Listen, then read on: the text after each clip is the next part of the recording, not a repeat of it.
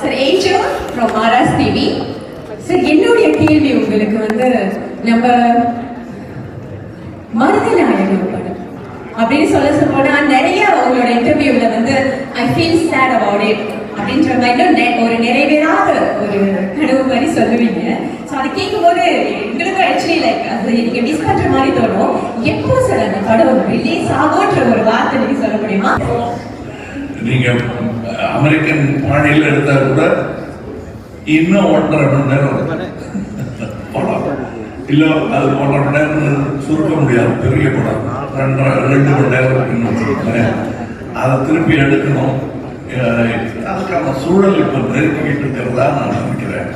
அதெல்லாம் கொஞ்சம் மாற்றி இப்போ தற்போதைய ஆனா முன்னர் எங்க கேமராமேன் அதே ரவி கே சந்திரன் ஒரு 30 வருஷம் கழிச்சு லேட்டா எடுத்தா கூட போட்டோகிராஃபி தாங்கிற மாதிரி பண்ணியிருக்காரு.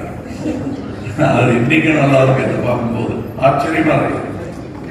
இன்னைக்கு இப்ப பாருங்க, எனக்கெல்லாம் ஒரே பயம் என்னன்னா அடுத்த படத்துக்கு கிடைக்க மாட்டாங்க யாரும். ரஹ்மானாவது அப்பப்போ போயிட்டு வராது. இந்த மாதிரி நல்ல டெக்னீஷியன்ஸ் அங்க போயிட்டாங்கன்னா விட மாட்டாங்க.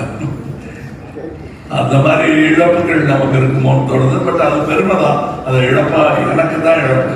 பட் இன்னொரு இந்தியாவுக்கு பெருமை. நிச்சயமா கமல் சார், நீங்க நினைச்சது நிறைவேறணும் சார். கடைசி ஒரு கேள்வி, உங்க ஓன் டைரக்ஷன்ல சார் நீங்க படம் செய்யற மாதிரி ஏதாவது பிளான் பண்ணிருக்கீங்களா? இருக்கு. இப்ப இருக்கிற நேரத்தில் நிறைய படம் பண்ணி கொடுத்துட்டு போகுதா. நீங்க வேற டைரக்ஷனுக்கு போனா 2 வருஷம் ஆகிடுவீங்க. வருஷத்துக்கு ஒன்று கொடுக்காது என் நண்பர்கள் எல்லாம் சொல்றாங்க. நல்ல டைரக்டர்கள் நிறைய பேர் இருக்காங்க. அதுல நானும் ஒருத்தன். தேவைப்பட்டால் நான் செய்வேன்.